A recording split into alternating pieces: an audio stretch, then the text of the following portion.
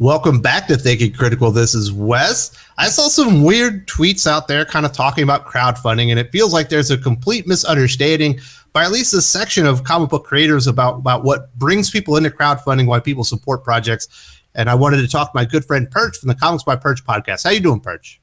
Well, I'm doing great. Thanks for having me on. It's kind of weird out there. You definitely get a hint of maybe there's jealousy. There's certainly a lot of misunderstanding. I think most people probably didn't see this. This is from Patrick Zurcher, who likes to antagonize, I guess, Comicsgate every once in a while. And he put out a tweet saying, thinking of joining Comicsgate, carding the rubes and mailing them a woke, liberal, progressive cop. Whatever. Jerry Ordway replied, and he said, it's a real shame that liberals aren't throwing money at non-CG creators like the CG crowd are willing to do to own the libs. Yeah. Like they think the people are supporting like Zach or Ethan Van Sciver to own them personally. It's nothing personal. You have to really work for these subscribers and these people that are willing to back your projects. Yeah, I mean, it's funny. I think Ordway's statement is half. I think the first half is fine. I think let's boil away the politics for a second because that always gets everybody around the bend. If you can develop an audience, you can develop a customer base. It's going to follow you and follow your projects, because I do think that with several of the crowdfunded projects, it's as much about the creator as it is about the end product. It's less owning the libs as it is supporting the person. And I think that's a big piece of it. I think, in fact, in many cases, I think people support the person because they're invested, and the product of the actual comic book is almost secondary. It's why when projects are late, you don't see, hundreds of people just screaming. You see a few, but you don't see hundreds of them, because they feel like their money went to go to support the person. And so they're on board with supporting the person. So in that respect, in the first part of what Ordway said, it is a shame if these other groups, why can't they cultivate an audience? They need to cultivate an audience that will support them personally in the same way. The whole owning part, that's where it just gets unnecessarily bitter. They're taking it personal. They're not owning you. They're supporting the creator. And I think that's where the disconnect is. They think, well, I wrote a Batman story once, or I was a big time creator on Superman or whatever. What a lot of these people that are doing very well in crowdfunding, we're going to name off some ones that aren't Comicsgate. They're going out there and they're like investing upwards of thousands of hours developing a relationship with an audience, putting themselves out there, connecting with them. Now, I don't always agree with everything that they say, but they put in a lot of time and effort to secure these relationships, and that's why people support them. If you want people to support you, you have to go out there and you have to put in the time. Yeah, absolutely. I mean, look, I'm not. You can't be completely naive about it. Are there some people who are doing it with spite dollars? I'm sure there are some. There's some of everything. But those don't tend to last. I mean, you can only get somebody angry to the point where they want to hate spend money for so long. It's not a long lasting relationship. So you may have some people who come in, support a CG book because they're so angry at Marvel or DC. They're like, haha, I'm going to give these people money. But it's not a long lasting financial relationship. It never is. No matter what you're doing to kind of hate buy, it doesn't last. You ultimately have to get that person drawn into, to the personality of the person who's making the comic. So there's another creator that came back. I'm not sure exactly who Alfred Carrillo is, but this is what he had to say. He says, tell me about it. I've got a comic live on Kickstarter now and a handful of backers, which I'm grateful, but I can't help but wonder what kind of numbers I'd do if I joined Comicsgate, or if at least the anti-Comicsgaters back my book. It's not about joining a group. How much time did you put in to develop relationships? Did you get a mailing list? How often have you been on channels of getting your face out there and doing interviews to promote your book or let people know that it's going to be out there before it goes live? If you just put your book out there and we're like, well, it's a good comic book, it could be the greatest comic book in the world. If no one knows about it, it's DOA. Well, sure. And the other part of it is the hardest you have to work is at the beginning. And I think a lot of people misunderstand that when you're starting the car up from zero, it's going to take a lot of energy to get the momentum going. Once you start to do this and get into the regular routine, and you've been on a bunch of shows and everything else, it gets easier. You actually, it's not that you don't have to work as hard, but your work changes. Just getting initial recognition is really, really difficult. And it often feels like you're working really hard and you're getting nowhere because you're bringing in like 1 or 2 people at a time. And then, a year later, after you've really put in the effort, you start to bring in 20, 30 people at a time. And we see it with our channels. Both you and I had the same. It was really hard to get to the first, 1,000 subscribers. And then it became easier progressively as you went on. That's how drawing an audience works. And I think people look at that first part and they compare the first part of their journey to, say, one of these other crowdfunding people who've been at it for 3 years. And they go, well, looks like the Comicsgate guys have it really easy, and it's really hard for me. Why doesn't my group support me in the same way? It's, well, that it took several years to get to that point. That's what you're comparing against. Yeah, I think a lot of people are taking the wrong lessons. That the reason that Ethan or Richard are able to sell comic books is because they say all these things. Well, I'm sure saying all these things has built up their audience, but it's the time and the effort that they put in to go out there and get their message out and get people to trust them that they're going to put out good comics. But it's not just Comicsgate that's successful in crowdfunding. In fact, the most successful crowdfunding projects out there aren't Comicsgate. Obviously, number one is Berserker, Keanu Reeves. Now, that's a little bit different. Keanu Reeves is a true blue celebrity who's revitalized his own career multiple times. But people really like Keanu Reeves. There's a huge likability factor. And in fact, a lot of people trust him. Sure. There's a cult of personality type piece with Keanu. And I think that drew a lot of people in, I think, who hadn't done any kind of crowdfunding before, and it was a trust factor. It's like, well, the celebrity is not going to screw me. Now that they have in the past. But I mean, I think there was a lot of that came into the mix. But yeah, I mean, one of the big myths, I think, in crowdfunding is that there's Comicsgate and then there's the anti-Comicsgate. Those are the only people putting out books. And like you said, there's lots of different people putting out books with differing degrees of success. Brian Polito and Tim Lim, of course, has done really well.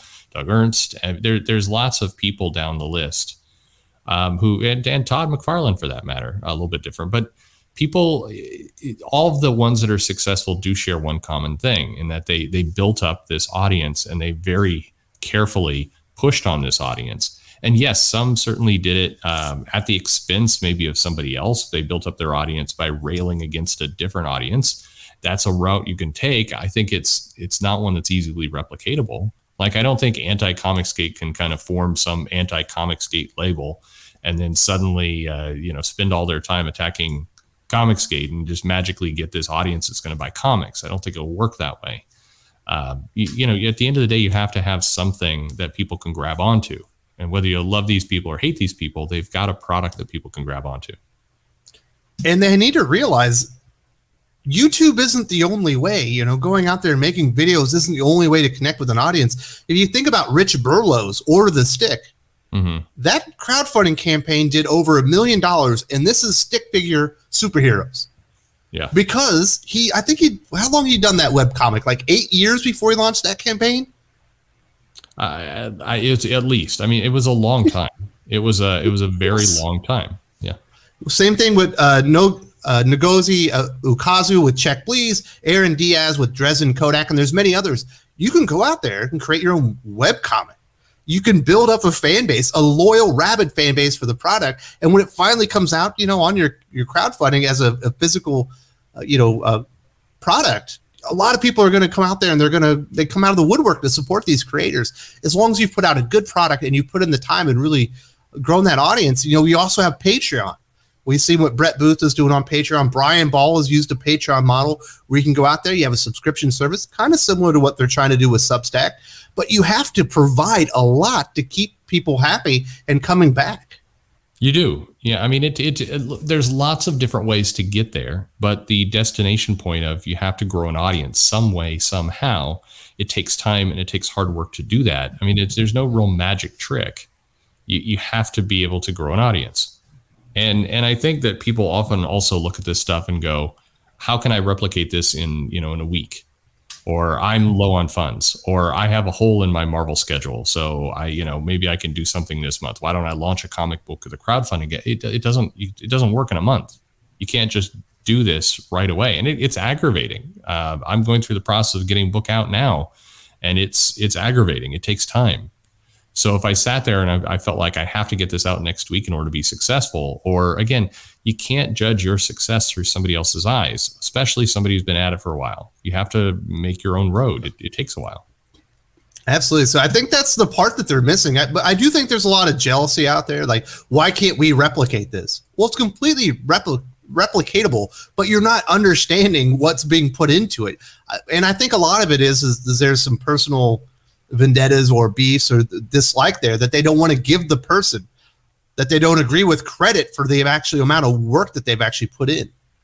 It takes a long time to grow a channel, especially when you're a nobody like you or myself. If you're a comic creator, yeah, you'll have a little bit of name recognition and you'll be ahead of the curve starting out, but it's still, it's work. I mean, I think this is one of these big misunderstandings of this industry. You had people who got into Marvel and DC, or you got into one of the big two and you started to do work there, or maybe you got 10,000 followers on Twitter or whatever it happens to be. And then you're like, well, now I've made it. I don't have to work at drawing an audience anymore. I already made it. But the reality is, going over to crowdfunding, it's not like you're starting over, but you don't get to leverage all of that attention. You don't just get to go to, Kickstarter and say, I'm a Marvel artist, buy my book. And suddenly, hundreds of people will show up. What they're only a certain amount of your subscribers even have a Kickstarter Indiegogo account. Sure. It's going to take a lot of time. It's going to be something new. And you're almost starting over to some extent. You can leverage your name, but you got to build the audience for yourself. The other thing is, you worked for the big two, you're working for an audience, and you may feel very happy when you go to a con and people line up to sign, for you to sign books or whatever it happens to be. But Marvel and DC own those people. They own those customers, not you. You're working for Marvel. So any of that kind of cultivation of an audience, that's what Marvel did with their marketing and their distribution department and other places, not you. And I think people misunderstand that as well. They think that they somehow have that audience, and they don't. And I think people, even like a James Tynion, who had a huge name at DC doing Batman, he's going to go off and do Substack, and he's saying, I couldn't believe the subscriber numbers. He's going to have to work to get the same level of audience that was falling for Batman. It's not going to be the same. Same thing for Snyder, same thing for any of these big names. You're going to have to get your own audience, not DC's. Absolutely. With the Substack thing, it's going to look great at the beginning because these are all the people that are your most rabid, hardcore fans that are going to be willing to go in there and support you at $7, $5 a month, whatever it is your subscription fee is on Substack, kind of like with Patreon. But if you want to grow those numbers, you have to get the word out. You're going to have to find new people that are going to be willing to come in and grow your presence on the platform. And it's going to be a lot of hard work. If they think the days of working hard are over, they're going to have to work harder than they ever have to get the word out about their product. Especially in James Tynion's case, he's not going to be the Batman writer anymore next year. Yeah. You can't put James Tynion, Batman writer anymore. You can put former Batman writer, but his name isn't going to be in the conscience of every comic book reader in the world anymore because his name isn't going to be on that Batman title. It's absolutely true. I mean, and that's one of the reasons why I'm sure James is one of the first things he's going to do for his platform is to kind of spill the beans on what was going on behind the scenes at DC. He's trying to pull as much of that recognition forward, but at some point it becomes about him and what he can produce, and he should be fine. But still, I see, you see these various little things. I mean, like you said at the very, very beginning, I think Zurcher is baiting. That's what he was doing in that original thread. I mean, hell, if you really believed that you could make, hundreds of thousands of dollars tricking everybody, do it, man. I mean, by all means, get that couple $100,000, pay off your house. I mean, what if it wouldn't work, but do it. I'm a little bit tired of the various kind of people making snarky comments and that kind of thing. Just get off your ass and do it. If it's that easy, go do it. Buy a new car. It's frustrating. It is frustrating, as somebody, that's having to essentially kind of do the same thing, growing my own audience. It's a lot of work. And we'll see if some people are going to be able to pull it off. Some of these creators on Substack are absolutely going to be able to do it. And there's going to be more successes on crowdfunding, like we had with Scott Snyder's Noctura, like we had with Sean Gordon Murphy and his project. Plot holes, yeah. Yep, yeah. Those are still going to be successful. But now they're finding out how hard it is.